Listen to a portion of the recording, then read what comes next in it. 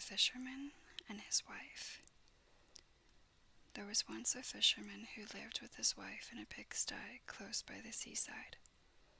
The fisherman used to go out all day long a-fishing, and one day, as he sat on the shore with his rod looking at the sparkling waves and watching his line, all on a sudden his float was dragged away deep into the water, and in drawing it up he pulled out a great fish.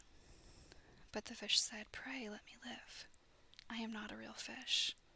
I am an enchanted prince. Put me in the water again and let me go." "Oh-ho," said the man, "you need not make so many words about the matter. I will have nothing to do with a fish that can talk. So swim away, sir, as soon as you please." Then he put him back into the water, and the fish darted straight down to the bottom and left a long streak of blood behind him on the wave. When the fisherman went home to his wife in the pigsty, he told her how he had caught a great fish, and how it had told him it was an enchanted prince, and how on hearing it speak he had let it go again. "Did not you ask it for anything?" said the wife. "We live very wretchedly here, in this nasty, dirty pigsty. Do go back and tell the fish we want a snug little cottage." The fisherman did not much like the business. However, he went to the seashore, and when he came back there the water looked all yellow and green, and he stood at the water's edge and said, "O man of the sea, hearken to me. My wife Ilsebil will have her own will, and hath sent me to beg a boon of thee." Then the fish came swimming to him and said, "Well, what is her will? What does your wife want?" "Ah," said the fisherman, "she says that, when I had caught you, I ought to have asked you for something before I let you go. She does not like living any longer in the pigsty, and wants a snug little cottage."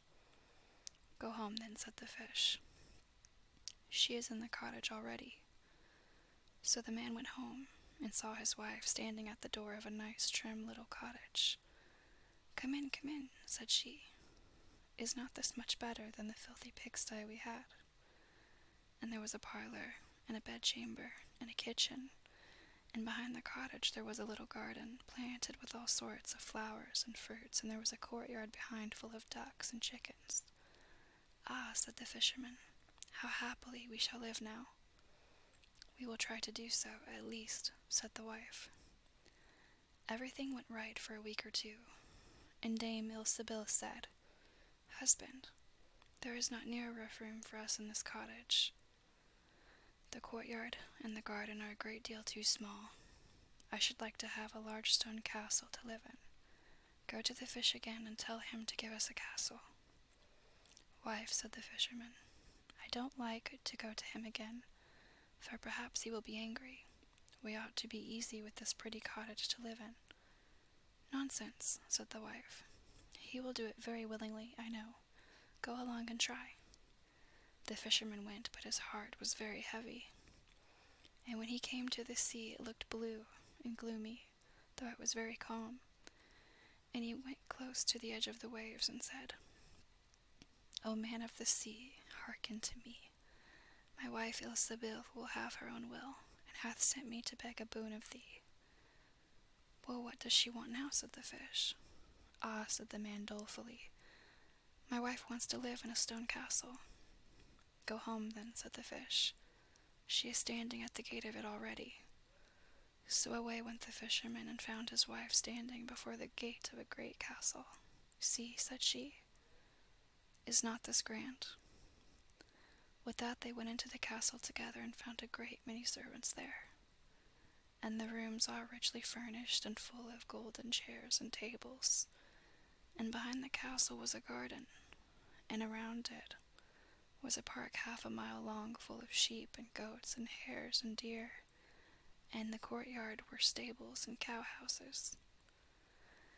"Well," said the man, "now we will live cheerful and happy in this beautiful castle for the rest of our lives." "Perhaps we may," said the wife, "but let us sleep upon it before we make up our minds to that." So they went to bed.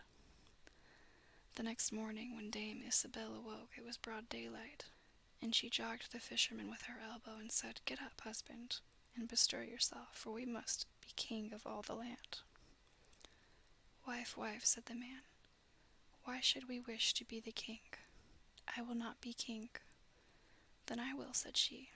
"But wife," said the fisherman, "how can you be king? The fish cannot make you a king." "Husband," said she, "say no more about it, but go and try. I will be king." So the man went away quite sorrowful to think that his wife should want to be king. This time the sea looked a dark gray color, and was overspread with curling waves and the ridges of foam as he cried out, "O man of the sea, hearken to me. My wife Ilsebil will have her own will, and hath sent me to beg a boon of thee." "Well, what would she have now?" said the fish. "Alas," said the poor man, "my wife wants to be king." "Go home," said the fish. "She is king already." Then the fisherman went home, and as he came close to the palace he saw a troop of soldiers and heard the sound of drums and trumpets.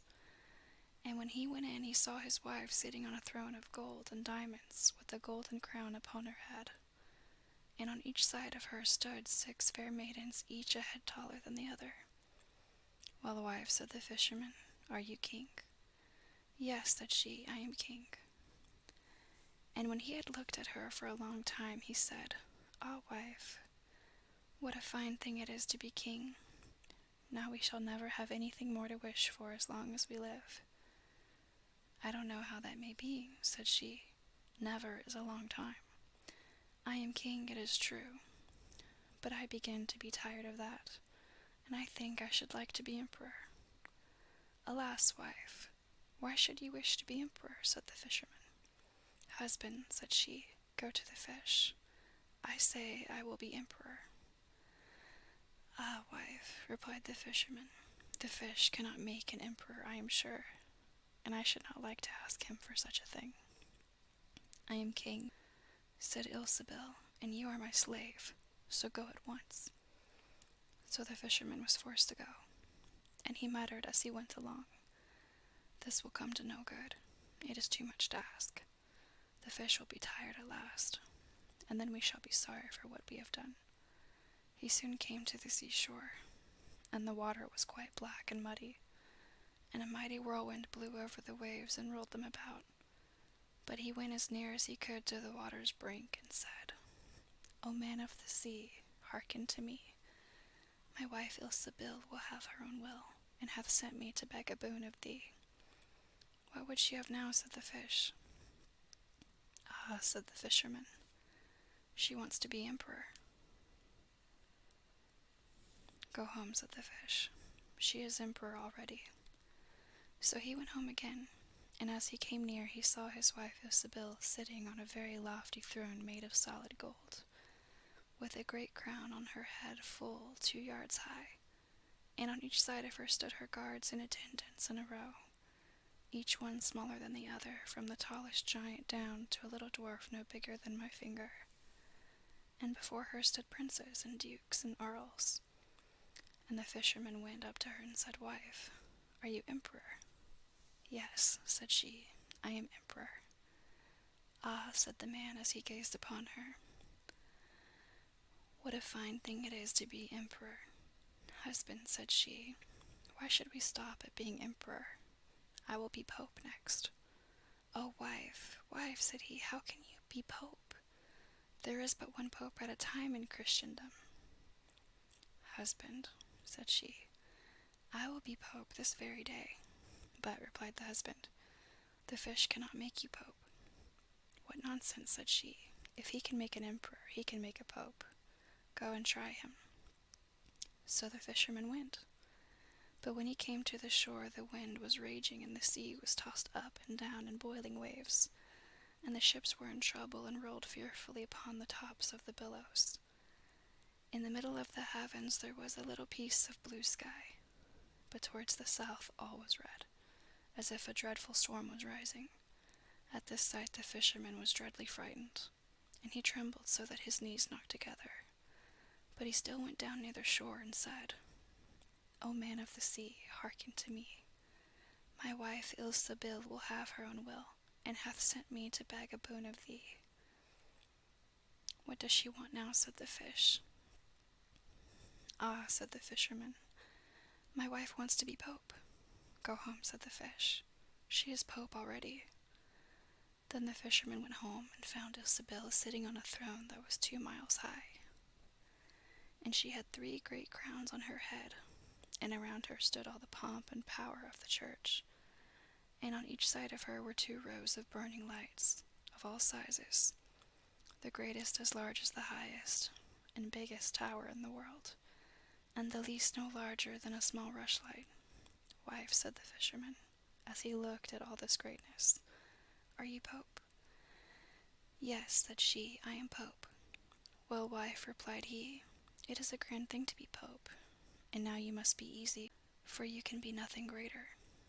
I will think about that, said the wife. Then they went to bed, but Dame Ilsebil could not sleep all night for thinking what she should be next. At last, as she was dropping asleep, morning broke, and the sun rose. Ha, thought she, as she woke up, and looked at it through the window. After all, I cannot prevent the sun from rising. At this thought she was very angry, and wakened her husband and said, Husband, go to the fish and tell him I must be lord of the sun and moon. The fisherman was half asleep, but the thought frightened him so much that he started and fell out of bed. Alas, wife, said he, cannot you be easy with being pope? No, said she, I am very uneasy as long as the sun and moon rise without my leave. Go to the fish at once. Then the man went shivering with fear, and as he was going down to the shore a dreadful storm arose, so that the trees and the very rocks shook, and all the heavens became black with stormy clouds, and the lightnings played and the thunders rolled, and you might have seen in the sea great black waves, swelling up like mountains with crowns of white foam upon their heads. And the fisherman crept towards the sea and cried out as well as he could, O man of the sea, hearken to me. My wife Ilsebil will have her own will, and hath sent me to beg a boon of thee. What does she want now? Said the fish. Ah, said he, she wants to be lord of the sun and moon. Go home, said the fish, to your pigsty again. And there they live to this very day.